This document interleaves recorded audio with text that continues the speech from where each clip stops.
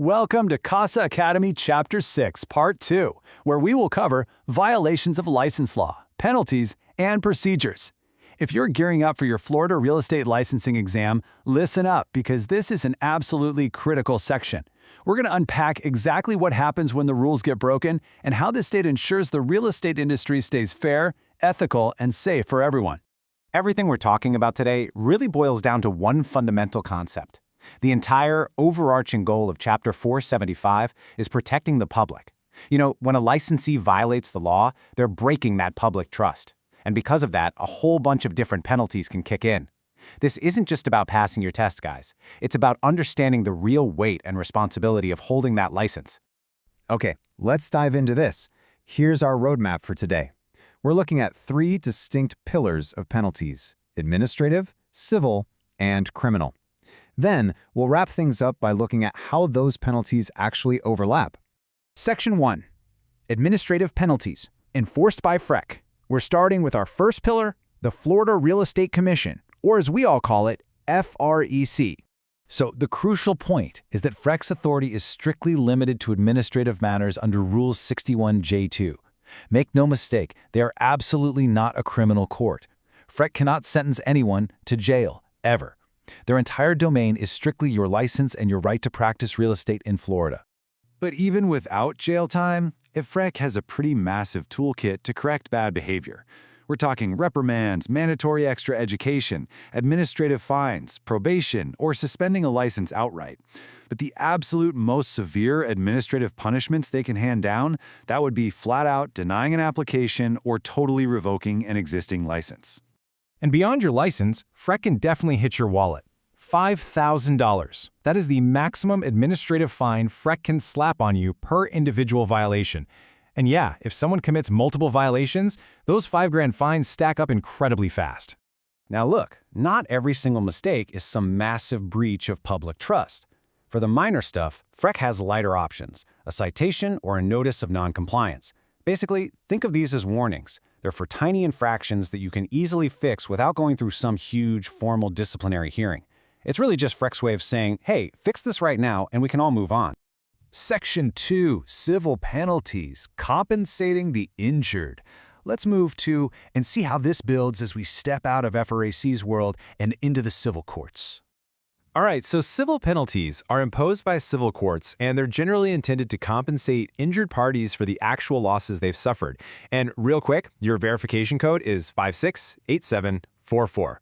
Okay, moving on. Unlike administrative penalties that just police the profession, civil penalties are all about making the victim whole again. When civil courts step in, they usually look at 2 different types of damages. First up, compensatory damages. Just like it sounds, this reimburses someone for a measurable financial loss. If someone lost $10,000 because you messed up, compensatory damages literally give them that $10,000 back. Then we have punitive damages. These go way beyond reimbursement. Punitive damages are designed to actively punish really bad, wrongful conduct and serve as a massive red flag to deter anyone else from trying it. Section 3. Criminal Penalties, Fines and Imprisonment. This brings us to the third and final pillar, the criminal courts, where things get incredibly serious. And this brilliantly illustrates the clear escalation of criminal penalties under Chapter 475. It starts with a second-degree misdemeanor, maxing out at a $500 fine and 60 days in jail. Then we bump up to a first-degree misdemeanor. That's a $1,000 fine and up to a year in prison. And finally, the top tier, a third-degree felony, which carries massive life-altering consequences of a $5,000 fine and up to 5 years in prison. And remember, the courts can hit you with the fine, the jail time, or both. To give you an idea of what triggers these lower tiers, a second-degree misdemeanor might be something like false advertising or taking a kickback from someone other than your broker. A first-degree misdemeanor is a bit more specific. You'll usually see this slapped on violations dealing with rental information lists or contract list activities. But what about the really big ones, the third-degree felonies?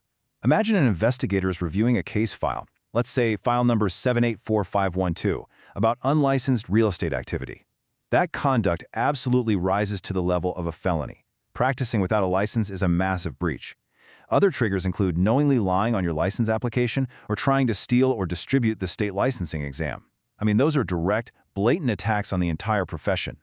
Section 4. The overlap of penalties. Independent authorities.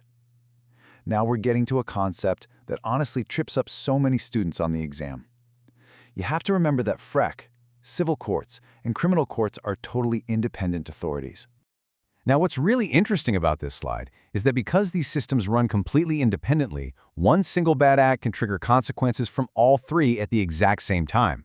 Say a licensee decides to steal escrow funds. For that one terrible choice, FREC revokes their license and fines them. Then the buyer sues them in civil court for compensatory and putative damages, and finally, the state prosecutes them in criminal court for actual prison time. It's one action, but three separate waves of consequences. Which leads us to the core takeaway for this section. Yes, you definitely need to memorize this stuff for the exam, but the real point? Understanding these independent, heavy penalties reinforces exactly why we conduct business ethically, professionally, and strictly by the book. These guardrails aren't just red tape. They protect the public, and honestly, they protect you. So as you move forward in your studies and soon into your career, I'll leave you with this. Will you remember these three distinct pillars of consequence when you're staring down an ethical dilemma? Keeping that heavy separation between FREC, civil courts, and criminal courts in the back of your mind is absolutely the best way to ensure you always make the right choice. Keep studying hard, and I'll catch you in the next chapter.